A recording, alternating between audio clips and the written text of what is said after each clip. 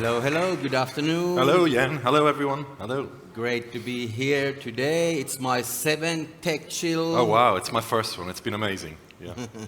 All right, well, before we go into the actual thing, should we do something special first for the audience who are here? Let's do a little giving out. Well, the Financial Times completed its acquisition of the Next Web event. Some of you will have heard of it. It's a similar event to TechChill. It happens in Amsterdam in June every year. It's about 10,000 people on the 16th and 17th of June. The first person to send me a message on LinkedIn will get a free pass to the Next Web. So look up my name on LinkedIn. And for the rest of you, I hope to see you in Amsterdam on the 16th and 17th of June, thenextweb.com. Yes. And I'll match the offer. Send me, and I'll invite you to Arctic15 in Helsinki, June 7 and 8. Go to LinkedIn, but quick, be quick. Okay, let's get to business. Okay, Financial Times and the Next Web you mentioned. So tell me, what do you do at the Financial Times? Yeah, so I'm the managing director of FT Live, which is the events division of the Financial Times. For those of you on the phone, I love going to my events and playing with my phone. I've got a very short attention span. And so if you want to go on our website, it's live.ft.com, and you'll have a look at what we do. But our events division actually delivers 10% of the group's revenues, but about 30% of the group's profits. And so it's a very important part of the Financial Times. I joined in 2019, November 2019, just before the pandemic. And then our world was turned upside down. And we went from a completely physical, I would say, old-fashioned conference model to a 100% digital model, and now we're into a hybrid model. Okay, well, let's jump to that. Of course, this digital revolution happened in the past 2 years. We got the hybrid, we have the old kind of effects. So how do you think the industry will now develop and evolve in the coming years on the hybrid and digital versions? Yeah, good question. Just to give people a sense of the scale of the transformation. So before the pandemic, we used to host 25,000 people at our kind of physical conferences. And then when we transitioned to digital events, we now have about 300,000 people that attend our digital events every year. So it's a huge transformation. Insane. And now we're going back into physical. And so the reality is we're seeing a lot of demand for physical, let's be honest. I mean, you guys are all here at the event today. I think the digital event transformation was amazing. And I think it's here to stay. But there's a lot of pent-up demand for physical face-to-face contact. Yeah. And so we're seeing a big spike. Yesterday I came from London. We ran probably our biggest event. It's a launch event. It's the FT Digital Assets and Crypto Summit. It was a huge success. We had a party in a nightclub in London where about 1,000 people gathered and joined after the event. And that was a hybrid event. So it ran for 2 days online.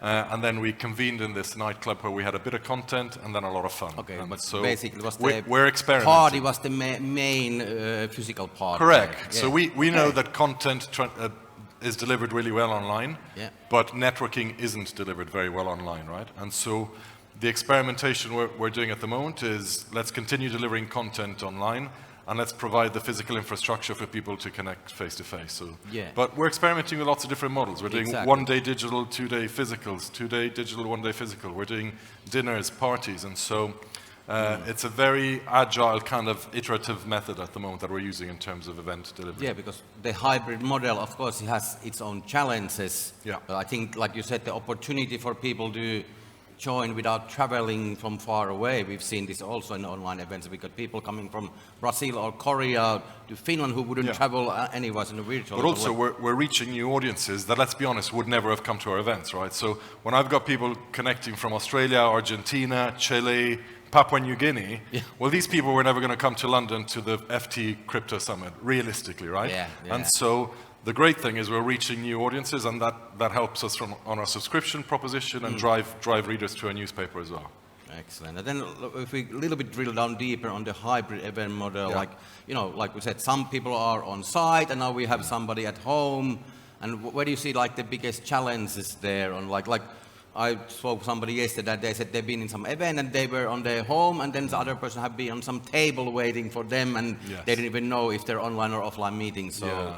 Good question. I mean, listen, we're all coming back to this, and I think there are going to be teething problems. But I've prepared a slide, actually. If we want to show the slide on the screen, and it'll give you an insight into how we think in terms of the different types of events. And so this is a very traditional marketing sales funnel, call it whatever you like. But we have big technology festivals like the Next Web, similar to this event, all the way down to a very exclusive roundtable dinners at a 5-star restaurant in London with 10 people.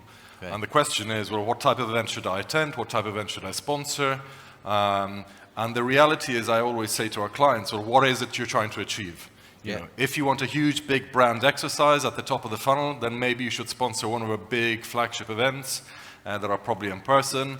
But if you are a startup, for example, if you're a SaaS product and you're looking for lead generation, then the online webinar, which is something that has always existed, but we never used to use before the pandemic, is an incredible solution, because that'll deliver you hundreds of leads in a matter of hours, right? Imagine, so we have software clients come to us and they say, we would like to connect with this very specific audience. So for example, I don't know, CTOs in Southeast Asia. Well, back in the days pre-pandemic, it would have taken us 6-7 months to organize a conference in Southeast Asia, get CTOs coming to an event, expensive, time-consuming. We can now do that digitally. We can turn that around in probably 6 weeks, 4 weeks max. Wow. We will get 2,000 or 3,000 people join online, and then we will deliver those leads to our clients. Well, that is unbelievably powerful, right? Yes. But that is pretty further kind of top of the funnel kind of lead generation. And then we might say, well, as a second stage, you might want to invite a subsection of those leads to a exclusive networking dinner at a 5-star venue in London 3 months later. And that's 20 people and people who are ready to buy.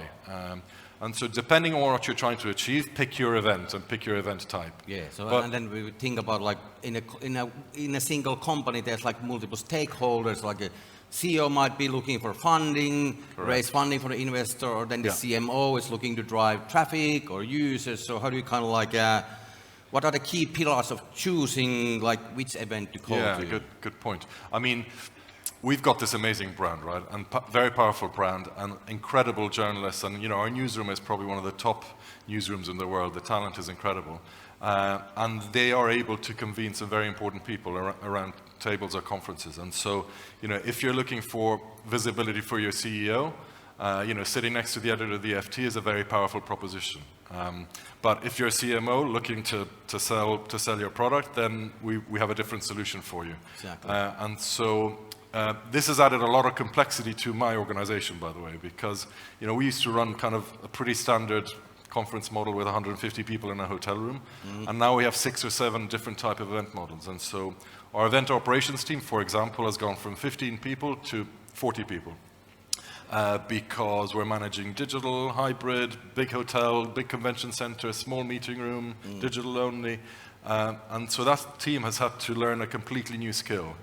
The digital events are a completely new skill, and so just from an internal point of view, we've added a lot of complexity, but we're able to offer our clients lots of different solutions. And a lot of our clients will pick different types of events. And so I'm in Davos in a couple of weeks' time, where we are running 15 client-tailored events on the fringes of Davos. And so that is another kind of solution as well. But the same client might pick a small roundtable in Davos, but they might also sponsor the Next Web, depending on what they're trying to achieve. So it's like heavily when you are looking to like really think carefully what's the objective will be there, and then then let's say, okay, you decide the objective, okay, we want to achieve this, and then you go scouting for the events, like where to go. Okay, now I'm gonna go to Next Web and do this, but or like I'm gonna go there, this includes. But then how do you kind of like? Of course, you need results. So what are the key things to think about when you prepare to go to an event? Like how do you get the result? Because obviously the preparation is the key to success, right? Yeah. Well, you mean from an event organizer or from a speaker? No, from let's say a startup or a company who are going to, now this is our objective, now we're going to go to Next Web. So how should they prepare when they're going to this, like weeks or month before the event, and how do they ramp up and how to prepare before they actually come to the event? And how's your kind of like your team helping the client to prepare? Yeah, good question. And so, ultimately, as I said at the beginning of the presentation, the real reason people come together face to face is to network. And so it could be informal networking in the corridor, or it could be structured networking in terms of deal making, fundraising, right? Yeah. And so some of these big tent events like TechChill or your event or the Next Web, they offer multiple opportunities, from big brand alignment on the stage to raising capital in a closed door setting and environment. And so it's our skill as event organizers to be able to offer multiple solutions on some of the big events.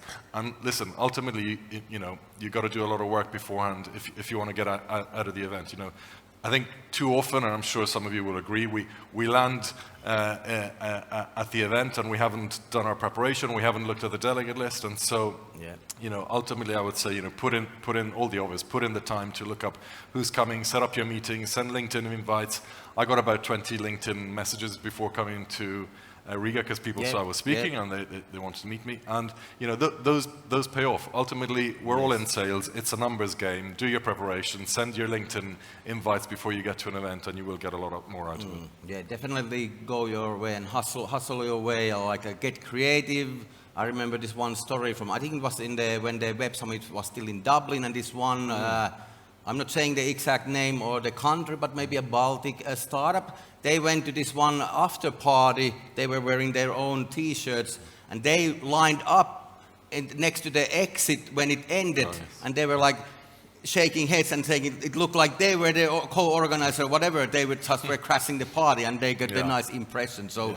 Get creative and a little bit hack your way into, even you didn't sponsor, you might still get extra visibility there. It's a really hilarious story from the old times. Well, I always say we have a sales team, and I always say to them, have you taken your clients out for lunch? Because, of course, one of the bad things about the pandemic is people become comfortable staying at home, right? And we do lots of online meetings, and we've forgotten the art of taking people out for lunch and networking. Yeah. And so I say on my weekly sales call, I say to them, imagine your biggest competitor, say Bloomberg, and the equivalent in the Bloomberg events team is taking your best client out for lunch tomorrow.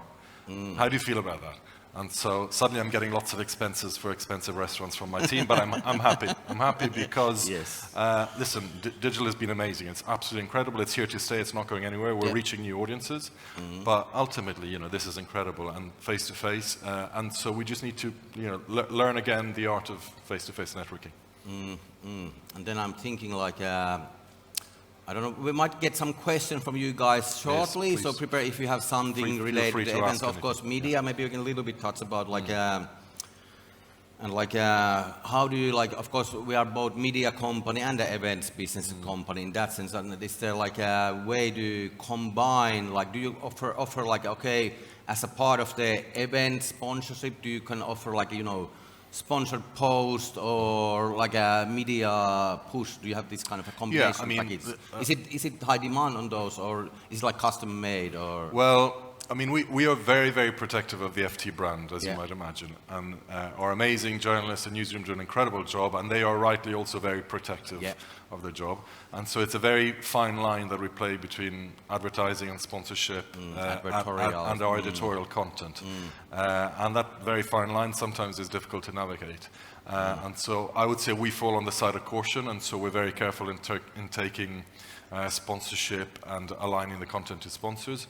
We offer traditional, advertising packages on our website, and so that digital advertising is easy, or advertising in a newspaper is easy, but sponsored content is not something that we're huge fans of, and so the reality is we need to protect the integrity of our content, and our journalists need to feel very comfortable challenging anyone on stage. And sometimes, obviously, we do have sponsors on stage, but our journalists are not involved in the commercial aspect of the event, and I can tell you sometimes sponsors come off the stage and they are not very happy because our journalists have been asking really, really difficult questions. At our digital and crypto asset summit the other day, our journalists were pounding some of those crypto guys pretty hard. And a couple of sponsors weren't happy. And listen, if you want to work with the FT, you got to take the rough with the smooth, right? It's really important that our editorial function has got a complete free rein to ask whatever they like and challenge whoever they want on stage. And that's what makes our events, I would say, really special. Is there some, from the history, well, you've been a couple of years, but is there some funny story or something that completely like surprised you in the maybe in the digital world or In the digital world now in the past couple of years? Was there something like really funny or something completely surprising that you didn't expect at all, and either positive or negative or just funny? Maybe this isn't so funny, but I think it's an interesting anecdote. So when the pandemic happened in March 2020, I think we were the first big media brand to launch an online event. It's called the Global Boardroom. It's still running. It was on the first week of May of 2020, and I remember speaking to Johnny from Hoppen. Some of you will know who I'm talking about. Yeah. And Johnny was a guy lived from his sofa in his small flat in West London, and I was talking to him about digital event platforms. And I said, listen, we're launching this thing. We've got this amazing brand. We think we can convene the best minds in the world. You know, we had Tony Blair, Al Gore. It was an incredible lineup. And I need a digital event platform to broadcast this thing. And I said to him, you know, how many people do you think I can host on your platform? And these are the days, 2 years ago, Hoppen was still a, you know, really kind of shaky startup. I remember Johnny saying, well, I don't know, maybe 3, maybe 4,000 people. And I said, well, what do you mean maybe? Is it 3 or is it 4,000 people? I need an answer. He's like, well, I don't really know. And then for a variety of reasons, we actually didn't use Hoppen, and we ended up just using kind of a direct live stream. Live stream, yeah. And luckily, you know, I like to think I made the right decision, because we ended up with 55,000 registrations for that event. And so, and I can tell you something, the first day of the Global Boardroom, we entered at 9 o'clock with 25,000 registrations. And by the end of day 2, 55,000 people had registered for that event. And if I had listened to Johnny, who's a dear friend and I love, and gone with Hoppen, we would have capped our registrations at 4,000 people. And we would never have known that there'd been another 50,000 people that would have come and visit us. And so, I don't know if that's a funny story, but just an anecdote into the whole digital transition. You know, these were really stressful times. And I remember my CEO on the first morning of the Global Boardroom saying, are you sure you know what you're doing? Is everything going to be okay? And you know, I remember, yes, of course, everything's going to be okay. But we had a cyber attack the night before our event. We had in fact, we had two cyber incidents. We had somebody on the dark web was able to find our speaker details via our Google calendars, and they were trying to sell all of our speakers' contact details on the dark web, and we were able to stop that. That was 2 days before the event. Wow. And then the day before, from South America, we had a traditional, what's the word? You know, the DOD attack. And so that was pretty stressful as well, because you know this was probably the first big digital event, and luckily we have an amazing cyber security team. You know, we never knew who was doing it. It could have been, I don't know, China, Russia, who knows, right? Or people who like to have fun with these things. But these were very stressful times. And so we had this relatively traditional, you know, I call analog events company. Overnight got transformed into a bit of a startup tech mentality. And it was exhilarating, it was fun, but it was also stressful at times. Yeah. We had a little incident also, and we did this like virtual Stockholm event. And in the morning I was on taxi going to our studio where we had, and in the morning we got alarm. One of our team members had got positive COVID result, so it meant evacuation. So I had U-turn, went home. So then I was hosting the event from my home laptop. And we had 2.5 hours time to restructure everything. Yeah. We were supposed to be in the same room. Yeah. It was little hiccups in the beginning, but we kind of survived that. Then, like my colleague was WhatsApp call on other ear, Telegram call on other ear, managing stuff. We were supposed to be in the same room, but we managed. But that's a pretty surprise. You know, one of the other reasons digital is not going away. We're reaching audiences that we would never have got anyway. So why would we want to lose those? Yeah. And also, listen, getting amazing speakers to confirm to speak at a conference is a lot easier if you have the digital option. And so obviously now we're going back to physical. We try and push people to come in person. But you know, if Joe Biden or Kamala Harris are going to say, "I'm happy to speak at your event. Can you beam me in?" Well, of course I'm going to say yes, right? Yeah. Well, 2 years ago that was never possible. We would never have thought of that, right? So okay, we have like 1 minute. Do we have a question from the audience? Anybody want to ask anything related to events or media? Well, I hope you got onto LinkedIn. So if you want to come to the next web, send me that message. Use it. And check out what's gonna happen in the next web. Do we have a question? Hi.